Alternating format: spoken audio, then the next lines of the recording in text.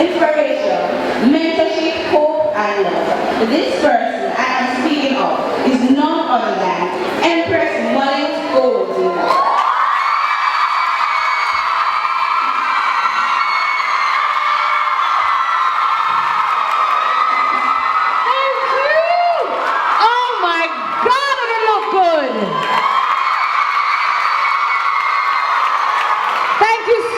For that introduction, my girls.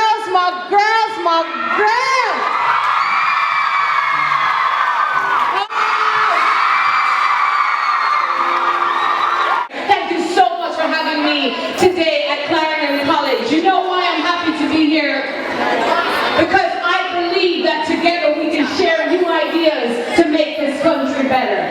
But before we can be different and bold and be women of purpose, women that are an inspiration, women that lead, women that protect the family, women that close their legs until they are ready, until we can do that. We need to find the answers to all the problems so we can share that with every other young woman that we meet on the road. And before we can change this nation, young ladies, we have to love ourselves. And if nobody that love you, you're gonna love?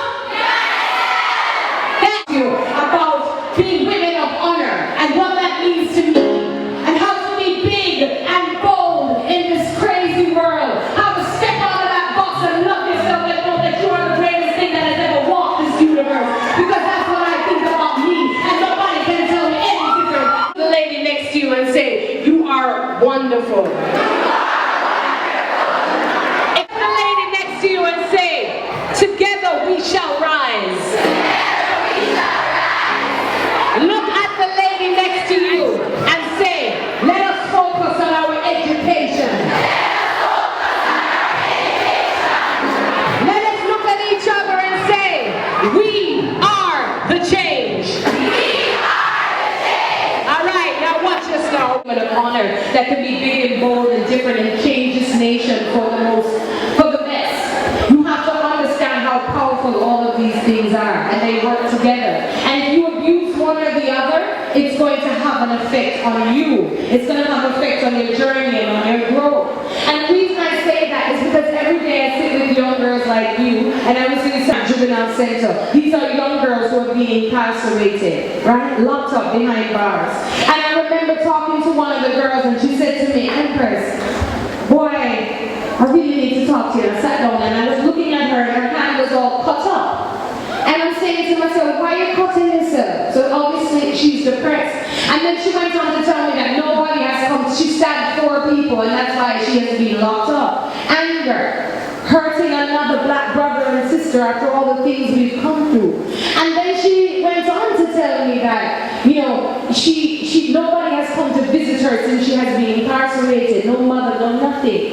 And then she went on to beg me to come and visit her, and she would promise to stop cutting herself if I came and visited her. And I felt this burden on me with my busy schedule to say, boy, here's another one out of the 200 this year that have asked me to please mentor them, to come and be with them, because I truly love them. I truly love them.